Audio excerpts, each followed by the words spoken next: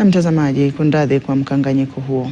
Tuzamie taarifa nyingine ambapo kupungua kwa visa vya mimba na ndoa za mapema kumechangia kuimarika kwa elimu ya mtoto wa kike na eneo bunge, haswa katika eneo bunge la Lamu Mashariki ikilinganishwa na miaka ya hapo nyuma ambapo masomo ya watoto wa kike yalikuwa yametelekezwa.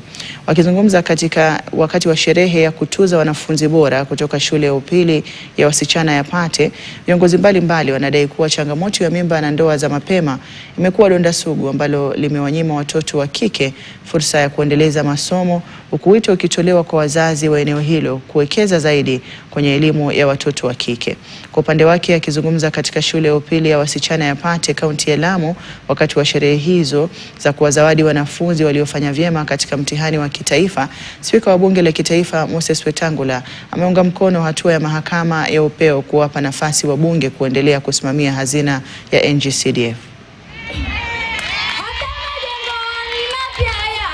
Sisi kuna tumeweka fikra yetu tumeweka ni kusoma.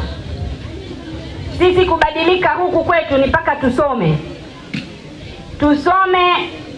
Shida zote tulizonazo, tukisoma tutamaliza sisi hizo shida zote. Itakuwa sio kungojea mbunge afanye hayo maneno. Mtoto akiweza kusoma ni bora akiolewa, he can even choose a husband.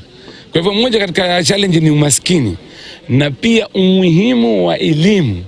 Kidogo wazazi upande wetu tunadharau.